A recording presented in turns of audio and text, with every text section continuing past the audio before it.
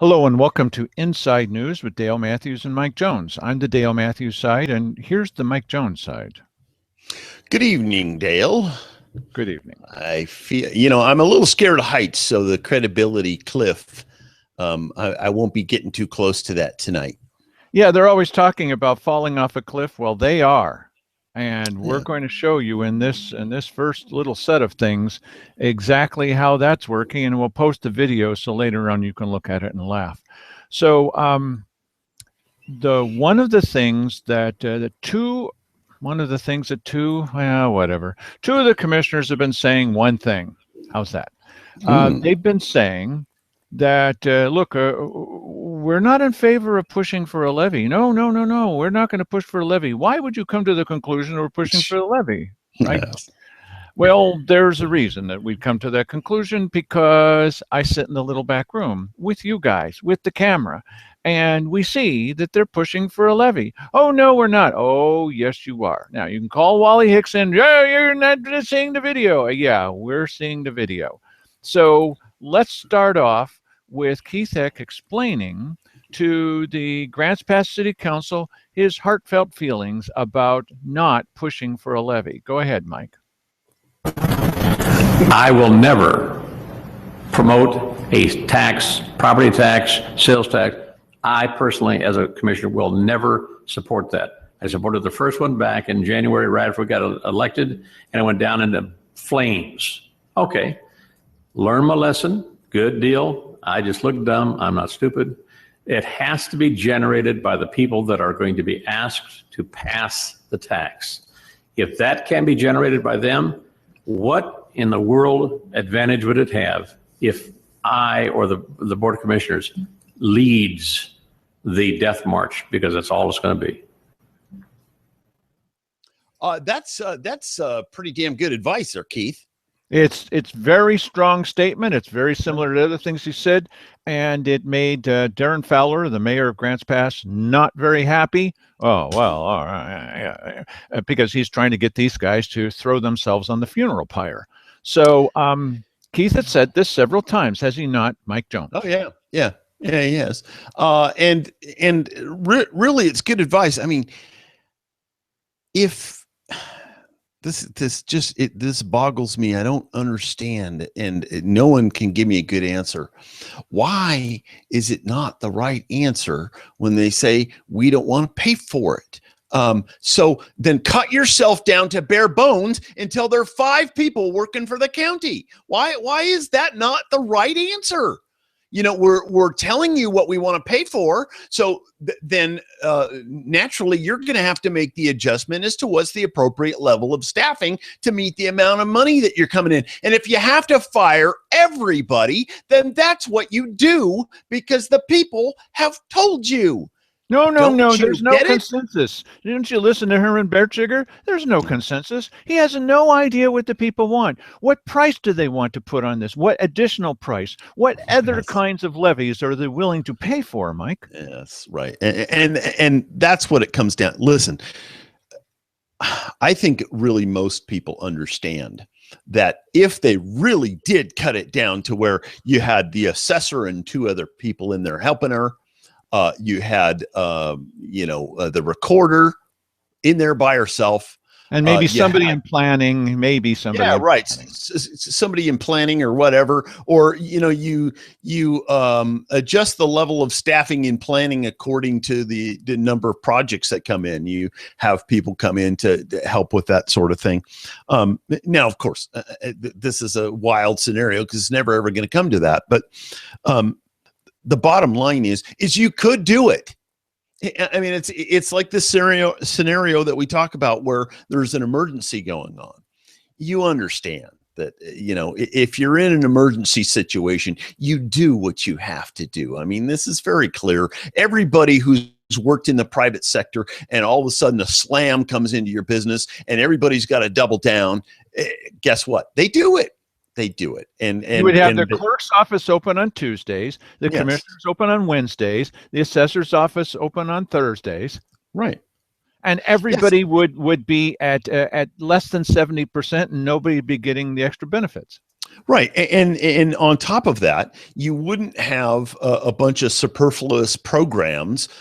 You wouldn't have, sobering centers and doing all this, flowery stuff that legacies are made of.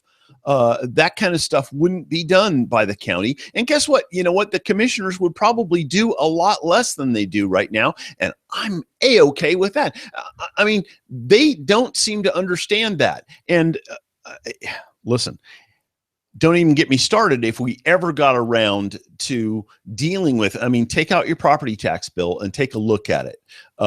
Most of it goes to the schools. If you ever got around to somehow being able to address, the level of performance that you're getting out of the school system, compared to what you pay on it, and being able to have some sort of accountability there would be no funding issue in this county whatsoever. Okay, accountability and credibility are, to me, the key to the clips tonight, because Keith Hick has made it very clear, crystal clear, definitely he is not going to get behind promoting a levy. It's not going to be part of the planning. He doesn't want to have anything to do with the levy. Now, let's watch. Not personally. That was... personally as a commissioner. Right. You have to parse the words now, because you know that somehow the story is going to change down the road, and you're going to have to go, it depends on what the meaning of he is a commissioner, personally. And he said he would not do it as a commissioner. Okay. Right. He has his own personal feelings at home, but not as a commissioner. Now, here's a meeting then that took place 1 week later. Mike? Of course, we have to have everything in sometime, I think, in early February for the May ballot. 26th. February 26th. Okay, so it's not early, so late February. We can get it all together. Shoot for early February, so Pat doesn't freak out. But is this something you might want to think about it? So, I'm sorry. About it. It's a little bit difficult sometimes to hear the audio there. I'm doing the best that I can with this. Simon Hare is saying, well, yeah, I'm going to think about it a little bit. And Cheryl is proposing her 4 levies plan. And Keith is sitting there, and Keith at this point hasn't chimed in. I'm expecting that he's going to join in and say, now, wait a minute, I've made a promise to the people. And Simon, so have you, bud. But okay, I made a promise to the people. Cheryl makes promises and breaks them, and it doesn't matter what she says. But Keith has made it extremely clear this is not where he's going, and he's kind of sitting there in a sort of harumph mode. Okay, all right. Let's hear what's said next. Is the May ballot the best ballot? No, I think it should be the November ballot. What do you want to think about that? I don't think that it is. If I were going to do it, I wouldn't pick the May ballot. The reason I picked the May ballot is it passes, or whatever would pass in May, it could be billed on the taxes in November. If it goes on the November ballot, 2016, it can't be billed until November 2017. Right. You can build a budget in 17 for unexpected revenue. 16, 17. You know what's funny is that if you ever go to a garage sale and you begin dickering with somebody over some trinket they have that you're going to buy, and you say, well, how about this much? And they tell you no. And then you go, well, how about this much here? And then they begin discussing how that might work if certain circumstances are correct. You've got the fish on the line. Okay. Clearly, they're talking about it. You've got them interested in the possibility of doing this deal. Otherwise, I'd be sitting there if I was a commissioner. I'd go, I don't know why you keep talking about this, Cheryl, because I'm not on board. What about you, Keith? I'm not on board. Okay, we're done here. Right. But they will continue to do this, and in the meantime, I have to believe that Keith and Simon are probably trying to figure out how they're going to get out of saying that this was coming from them when it ultimately does come from them. Well, Simon even did say that, and we're going to see that in the next clip. Here's the thing where they're talking strategy. She's already explained to them that she's assigned a staff member to do so. We've already spent money. They were already spending county money on this. And what they should say is, Cheryl, don't assign staff members to do this. No, we don't want this information because we promised the people and we're honest guys. Yeah. And we've got integrity and we've got credibility and we keep telling people we're not doing this, and we're not just like going to come into the little back room and then make these secret little plans because, well, it's not going to be secret because we're watching them. But no, we can't do this, Cheryl. So stop looking into this. This is a non-starter. It's not going to happen. I mean, but Simon's talking strategy. Well, you know, and what did he say? The November ballot would be best for this. And Keith's saying, yeah, well, you know, these are the hey. It's very much like that story we've talked about once before. Winston Churchill, right? He's at a party and he's talking with this society lady, and he says something to her. Well, you know, would you go to bed with me? And she says, well, no. What kind of woman do you think I am? And he says, well, would you go to bed with me for $1 million? Well, now maybe so. He said, would you go to bed with me for 99 cents? No, what do you think I am? He says, we already know what you are. We're just haggling about the price. That's right. Yes. There's several other of those types of quotes from Winston Churchill that are especially memorable that we'll go into when they're appropriate.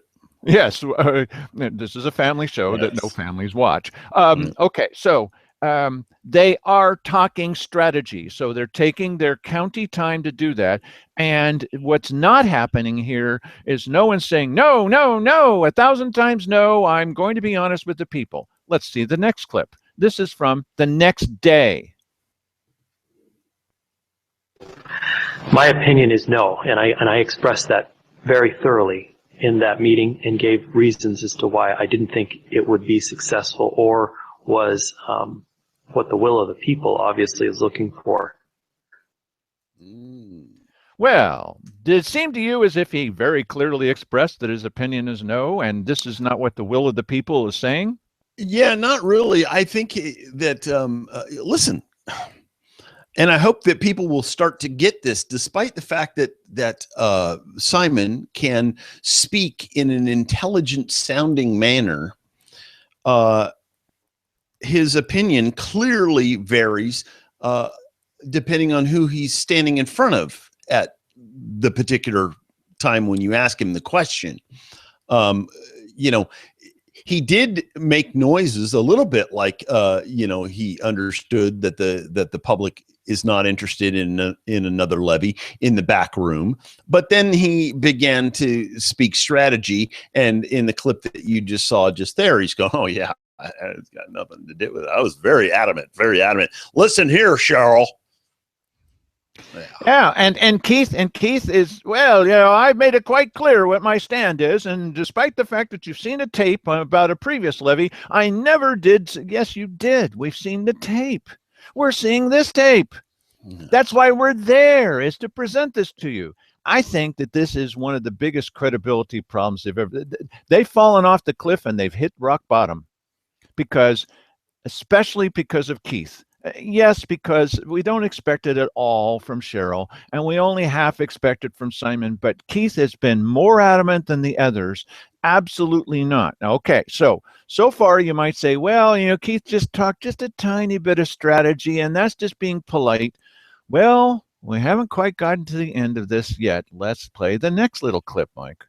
Yeah. Is the May ballot the appropriate ballot to ask this question? Now, okay, so this is several days later, and Simon is saying exactly the same words he said before. Is the May ballot the proper ballot? I know that's a very short little clip, but that's what he's saying. Is the May ballot the proper ballot? But he's now changing his tune entirely. Let's hear what he means by that. It is for the funding stream of the following year, 2017. That's right. Because you can capture those revenues in November to pay for the following year. It doesn't make sense to wait till November because you've missed that opportunity. Well, you know what? This is very interesting what just happened here, because in the previous set of clips, Cheryl explains why she wants it in the May ballot, and then the next day, and I'm assuming this is the next day or a couple of days later.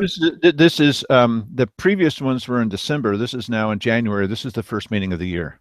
Gotcha. Okay. So, I mean, the interesting thing that's happening here is that you think Simon is really, really smart. And boy, the way he talks is so wonderful. All he did was reiterate what Cheryl told him in the last meeting. That's all he did. And he made it his own. You ever watch? I'm sorry. Go ahead. Have I ever watched one? No, go ahead. With one key. America. Yeah. What's that? One key difference. Before he had said, we could play it all over again, but we're not going to do that. Before he had said, is the May ballot the right one? No, I think November is the right one. Now he's saying, is May the right one? Same question. Yeah, May is definitely the right one. What? Yeah. And then he regurgitates the rationale that Cheryl said in the previous meeting. And the reason why is because we want the funding this year as opposed to as opposed to November of the following year. Right. Yeah. Meanwhile, Keith is still sitting there. He's not saying anything at this point about helping with the strategy, but let's watch a little bit more. And it would be an entire year before you would ever have that money. And in the meantime, our shortfall happens in July. Starts in July. So May is the time. It may not seem like it, but because of schedules and stuff, that's the time it has an effect. Okay, so now this is a joint Cheryl and Simon plan. They're really talking strategy now. Simon's definitely agreeing with her. May is the right time to do this. And the only way to get it on the May ballot now, because there's apparently no group out there that thinks they've got the gumption or the willingness or whatever to go and get the signatures. And maybe even Cheryl said to him, we don't know for sure. Oh, well, don't bother. I'll convince the commissioners to do this. Okay. Well, they got 2 out of 3, and that's all that's necessary. Yeah. That means that citizens don't need to be involved. As Keith has always said, well, it's citizen driven. No, citizens don't need to be involved because the commissioners will just put it on the ballot whether anybody likes that or not. Right. Yeah. And so I see Keith making the most strategically political decision in this particular situation, that he'll probably stand back out of the mix and let those other two, I would assume. You never know. When it comes to a vote, he may jump on board, but we're still waiting for Keith to weigh in. He could still tell him now, wait a minute. I can't be involved in this. Okay. I think I got to go to the bathroom like Simon always has to do. I got to take a telephone call, or whatever. Okay. Because I don't want to be involved with this because, I think it's hard to see, but it looks to me like Dale's sitting over there with the camera and everybody's watching us. And I've already taken a stand several times, adamant stand. I'm not going to be promoting this. And so I can't be part of your reindeer plans. I'm just not going to do that. Yeah. Well, I think one of the things that is clear watching, and when you watch it, you don't feel the energy that is in the room. I would tend to believe that Cheryl is very adamant and forceful in a when you're in her sphere of influence, there's a palpable thing there where this is what I want you to do. Well, if Keith is awake, that might affect him. But definitely, Simon has been sucked into this vortex, and the two of them are generating the supernova of 4 little levies. And this is going to happen. It's going to be on the ballot. When she put on this agenda that she had something she wanted to put on the ballot, I said on the show, and Mike and I talked about it, I said, definitely she's not going to do a levy because this is a non-starter, because look what Keith has said. They can't do this. And Simon has said, well, I said no. And he didn't say no, but okay, he's pretending like he said no. That's for domestic consumption. You're supposed to believe him. Why would you believe him? But okay, this is cut and dried. Absolutely. He just told you one thing. He's doing the opposite. That is, well, one definition of that is a lie. It could also be called cheating. There are probably some nicer ways to put that. I don't. They don't immediately come to mind, but I think that's two of them falling off the credibility cliff. They tell you they're not going to do it while they're doing it. Same days. Okay, next little clip, please. I'm not averse to giving it the old college try. What? Okay. What did he just say? He said, "I'm not averse to giving it the old college try, but the problem with that clip and the way that it's done is that you cannot see context there. I mean, is that right in line? Is there just a cut line in between that and the last one?" Yes, as a matter of fact, I can vamp for a little bit if you want to go. Oh no, you don't have the whole thing. I haven't posted that yet. No, that's all one continuous thing. There's nothing cut out. I just divided it up. Sorry about that. Usually this is the right thing to do. I only divided it up so we could talk about it.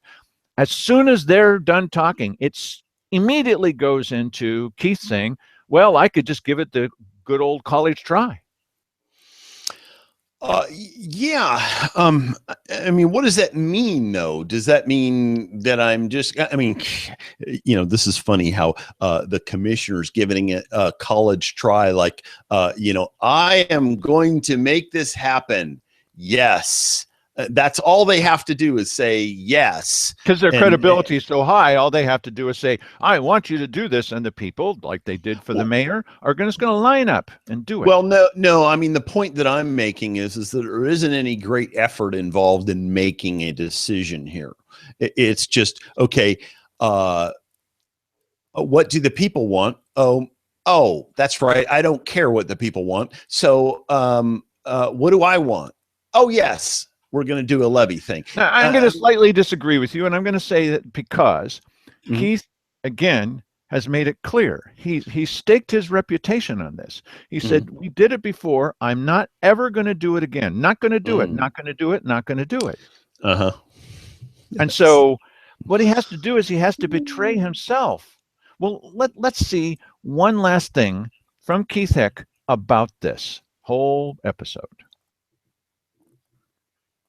And I resent the implications that somehow I'm an unethical individual.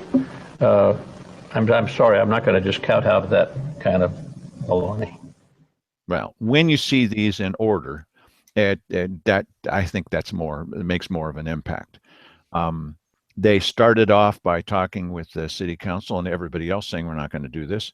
Then just a week later, 8 days later to be precise, Cheryl brings this forward. And you've got a little bit of weak resistance from Keith and a little bit from Simon. And then the two of them start talking about strategy. And then the very next day, Simon said, "I was very strong." And I said, No, he didn't. And then just a couple of days later, there's Cheryl. She's suggesting it again. And it was 10 days later, I think. And then Simon saying, "Yeah, well, I agree. These are the right days to do this. This is the right way to get it on the ballot." And Keith is saying, "Yeah, let's give it the good old college try." Yeah, I sort of disagree with the last clip there because to lump the previous clips in with the last clip, would connotate that somehow there's something unethical about putting a levy forward. There is nothing not from the unethical. Levy. No, not from the levy. From saying that you're not going to, but still doing it. Yeah, but that isn't unethical. You talk to your people at the Oregon Ethics Commission. That's not unethical to say on one hand, yeah, I'm going to do that, and then not do it, or say that I'm going to do it and then go the other direction.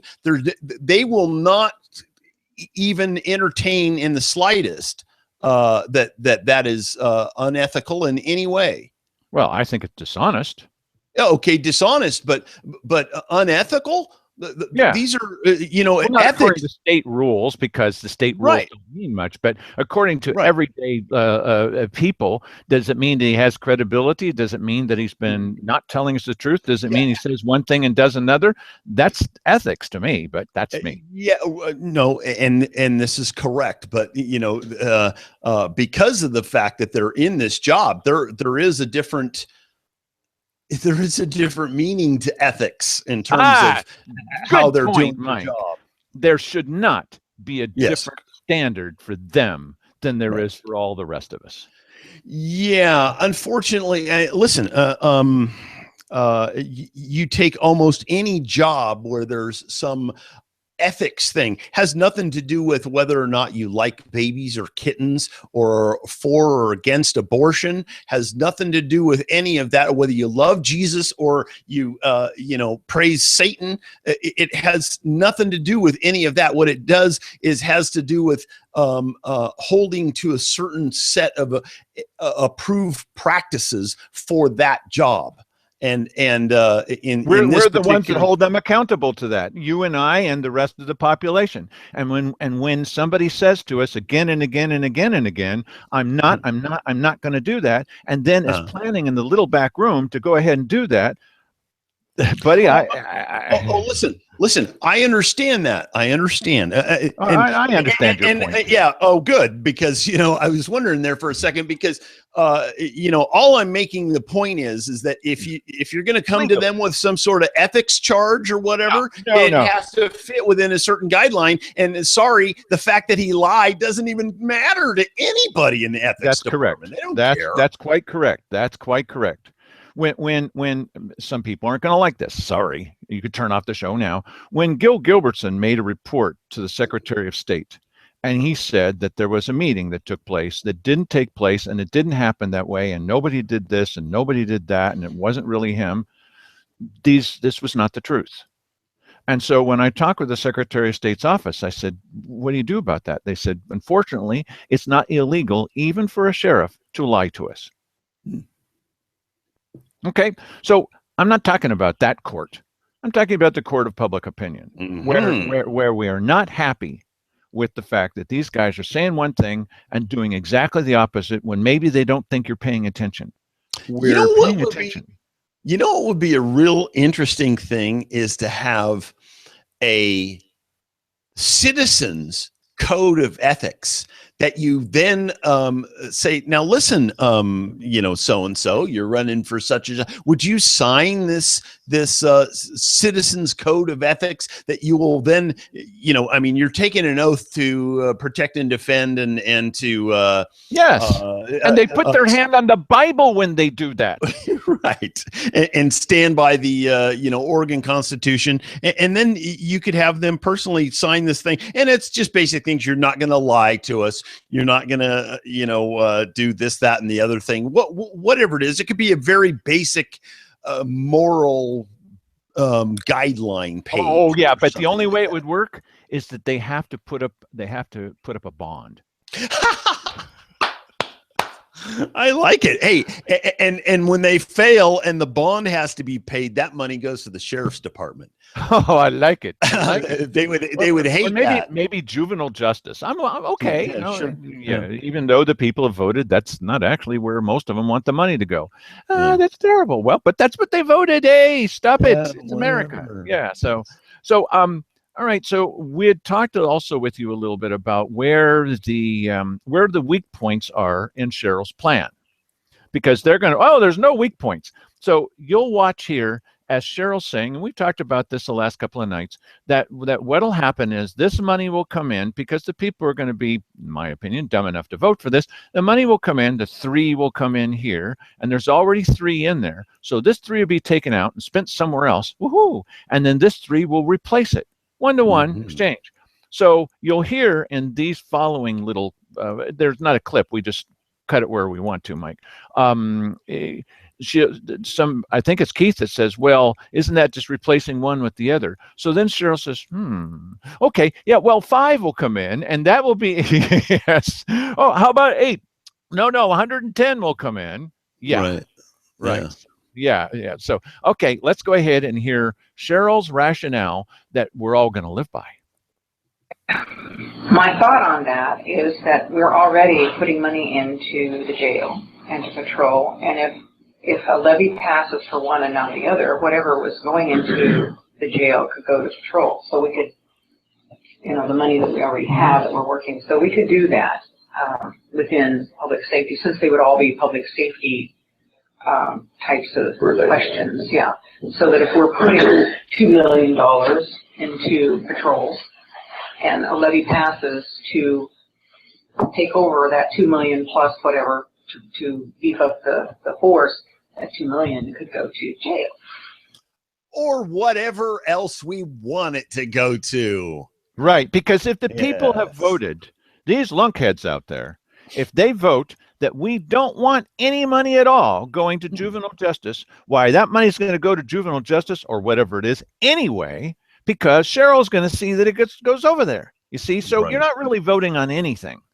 Yeah, and what we're doing is we're juggling general funded items. So if you do have a levy that comes in and a certain amount goes over there, then they have the complete capability of not giving the normal fund to the sheriff's department out of the general fund, right? So that's right.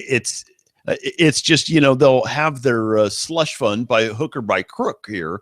And we can rely on their sense of honesty and fairness to keep them on the straight and narrow when it comes to, making sure that this money goes to the sheriff's department or to juvenile justice or to paying for patrols or the jail or whatever. So the big lie here, and this is what it is, okay? I know people don't like that word very much. I'm not overly fond of it myself, although I seem to be saying it a lot lately.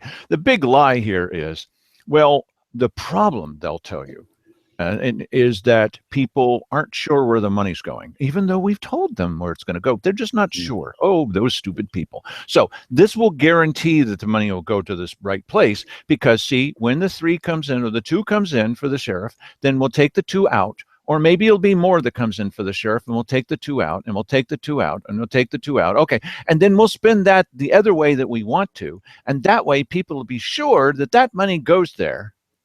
No, they won't. This will be the same thing as you had before, except this is just a little bit more complicated. That's all. Well, how long are we going to have to wait to find out that they did something with the money? How long is this going to happen before we are going to be able to be made aware of it? We won't have any control over it. They'll just be able to do it. They'll tell you this is the key to their plan. So got to listen to this. The key to their plan is this time it's completely different because the money is guaranteed. Have you ever heard this before? The money is guaranteed to go to exactly the right place because we divided it up into 4 little parts. But the lie about that is if you decide you absolutely do not want any money to go to that dang DA, you don't want any money to go to that guy, okay? Well, it's going to go to him anyway, no matter how you voted. It's very similar to the city council, to Dan DeYoung, and to Mayor Fowler, because they're going to put the money there anyway. They don't need your vote. See, all you need to do is just give them the money, and they'll see that it goes to the right place. You can trust them as you've always done in the past. Yeah, I think I will. Okay, let's hear what more she has to say. Take it away, Cheryl. Because they would have a levy to pay. Well, yeah, but then we'd be right back with patrols. Whatever money is going whatever we put on the ballot needs to be enough to pay for the patrols, not what we already have, not in addition to, but to pay for it. Well, I understand that, but you cannot cut out what we now have. No, I'm saying transfer it. We're shifting it from one part. Yeah, Keith, you just don't understand. It's not a cut; it's a shift. Okay, get with the program. He's saying exactly. He's precisely on point what everybody is going to say about this who's thinking about it at all. They're going to, oh, look, I like little things, but they equal the same thing as before. Yeah. These aren't really 4 little things. Yeah, but I'm just going to choose this and this. Yeah, but you're not going to get a choice because the commissioners are going to decide. Oh, no, we'll have a blue ribbon panel taken from every walk of Rotary, and they'll make this. No, you watch. They're going to suggest that. Yeah, but I think it's interesting because he's going, now, wait a minute. You can't take away the funding that's already there. And then she's coming back. Oh, it's not a cut. It's a shift. Right. We're just shifting money from the, and what difference does it make what the accounting, what you call it in accounting, whether you're shifting it or cutting it or moving it or massaging it? They are literally shifty. Okay, that's why she's saying this. If this was a group of honest people, then they'd be trying to figure out some way to let the sheriff keep what he has and give him more money, and not just pretend like they're giving him more money. Or they would say, okay, if the people don't want to fund this, maybe that we think that they're stupid, but they decided. You're not going to get that decision. You are, once again, their plan is you're going to write them a blank check. And then they're going to do with it what they want. There's this thing that kind of bothers me. Oh, it's hanging in the background. It's clearly there is some really severe need that they have for this money. Yes. that they want, and they're never ever talking about what that money is really going to go for. And because they're not people have no idea. They have no idea how much that 10% equals, how much it really equals. That all of their fun stuff, all of their discretionary funds, all of the extra stuff that they do revolves around, and you say, oh, it's just 10%. Try to live on 10% less money than you have now. Or try living with a mortgage or a rent that's 10% higher. It really adds up. Right. It does. But there's more going on here than the 10%, because if they pass a levy that's going to give $2 million to the jail, they can then, not only can they take 10% out of that, but then they can withdraw back what was already set up to go into the jail. So that could be as much as a couple of $1 million plus the 10% that they now have to do with what they want. And where are they going to channel that money? Listen, as I've said before, the elephant in the room, PERS. At some point, we all know, and it's been widely publicized, that PERS in Oregon is in deep doo-doo. And the local government employees have to be concerned about, how is my retirement going to be funded? My unsustainable retirement, how is it going to be funded? And they have to be desperately looking for money. I believe that that's the expense. And until somebody tells me different, that's what I'm going to believe. Well, I'm going to tell you partially different. Okay. So what I just heard at the last Thursday little backroom meeting, that's where all the action is on Thursdays. What has been their conclusion about what's going to be happening, what they're going to now not do anymore with economic development funds? Somebody calls them up and says, hi, I'm an alternate to Rogue Roasters. No, we've already picked our favorite. Thank you. Or somebody else, because they funded Rogue Roasters and not other companies.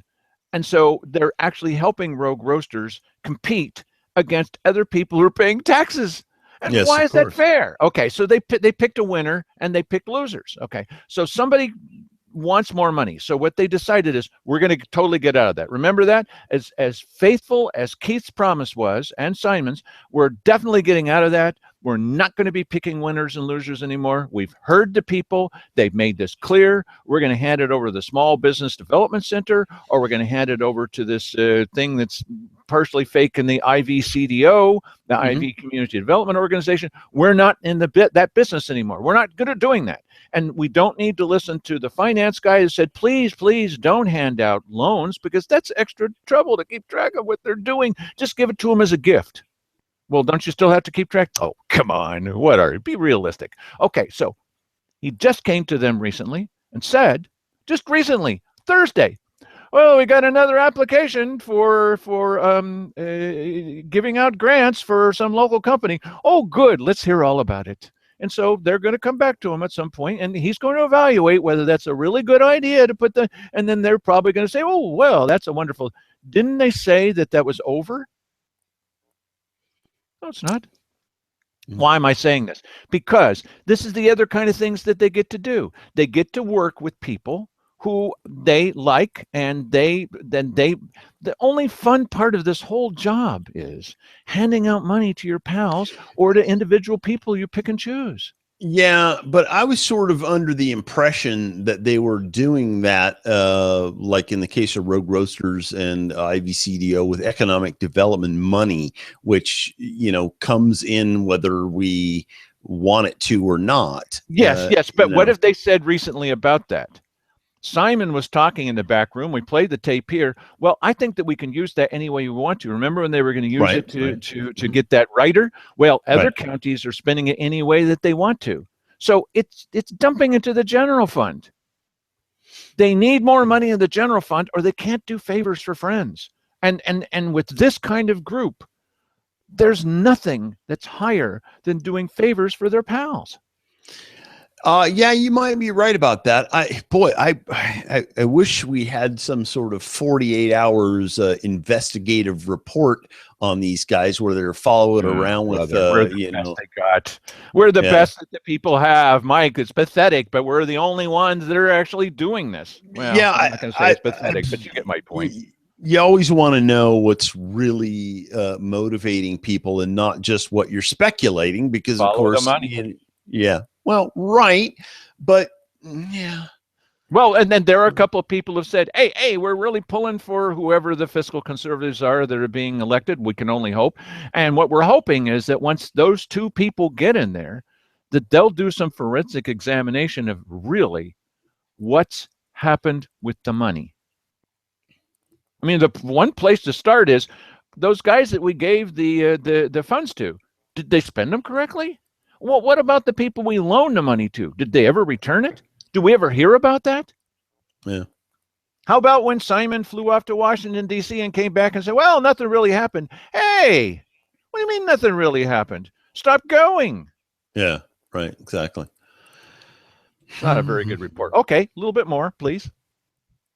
The sheriff's obligation to the other. Mm-hmm. We're not taking it away. We're putting it in a different area. So, yeah. And again, this is just around. Yeah, no, I understand. They're all laughing. If the sheriff is accomplishing 30% of what they should be accomplishing, mm-hmm. So we're going to pay 15% more, and we're going to take away 15% more because now they're getting more money. We're right back to the same situation where we were before. No. And I'm just going to use round numbers. Yeah, no, it does. Say we're putting $2 million into patrol, mm-hmm. and we put a measure on the ballot for $5 million. And we get the $5 million for patrol. We take the $2 million and put it into the jail, and they are $3 million ahead. Mm-hmm. Now again, those are round numbers. I'm not saying those are. Oh, wait a minute. She just changed the numbers on us. Yeah, she did. She said $5 million, and then she said we take that $2 million and we put it in jail, and then they're $3 million ahead. Wait a minute here. That was $5 million, not $3 million. Yeah, see, because the people say, here's where we want the money to go. Oh, we promise you the money's going to go where you say. Yeah, well, here's where we want it to go. Okay, it's going to go there. Now, we're putting that money in, but actually we're not going to put that money there. We're going to put it over here. And she said 2 and 2. And now he's saying, yeah, but that's just, oh, well, no, it's 5 and 2. Cheryl. Hey, listen, you know what? Unfortunately, these guys have fallen off the credibility cliff. I don't believe anything these people tell me. I don't care any one of them. And you people out there who are still shilling for Simon because he speaks well or whatever. You guys are idiots. You got to be idiots. I mean, come on.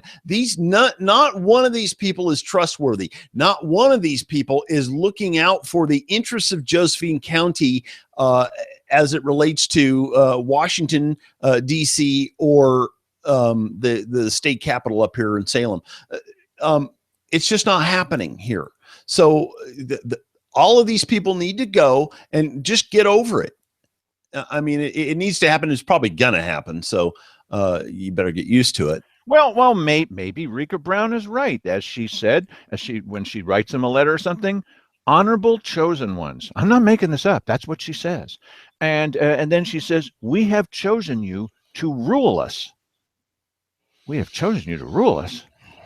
Yeah, well, you know what? I mean, unfortunately, the thing about Rika is that she wants a government job, and if she could get a job, if they would give her a job picking up litter in front of the courthouse, she would be the happiest person on earth. I mean, really, and she just wants to get paid for what it is that she does the best, and that's go around and nitpick people's landscape and pick up litter everywhere and move ankle breaking rocks out of the way. But she can't get government to pay for that.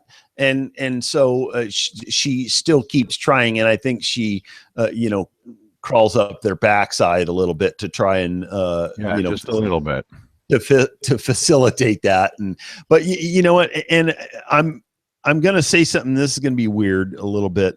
I really don't think that Rika is a dishonest person. I don't think that I think that she's generally a pretty decent person, except for the fact that she feels like she has to counter Dale on everything. And part of that, and I'm not sure what part, whether she actually believes that to her core or whether she's still crawling up the backside of people in local government to try and get hired there. Because if she agreed with Dale, she probably thinks that would put any chances that she has of getting hired for picking up litter in the trash can. So you may be right. Yeah, I don't know. Well, I hope I'm right. We have now told you about what their plan is. We're going to be saying this again. Sorry to all those. I only need to be told once and never again. Don't watch the show then. I mean, really, what we're trying to do is we're trying to put out things for people who see the tiny little stuff. Gort, Klaatu, Barada, Nikto, stuff where the little stuff, right? And we're also trying to talk to the people who pay attention every once in a while and to those who are brand new and they don't know. And we hear this all the time. Oh, really? You did that? And these are sometimes from people who watch the show. Really? So we're going to try to inform people, to remind you about stuff, to put it into context, to come up with some ideas, hopefully that they're good ones. We're going to share all of them with you. We're going to tell you everything that we know. We're going to try not to step on everybody's toes, but we're going to do it every once in a while. We're going to be as honest with you as we possibly can. And, that's a start.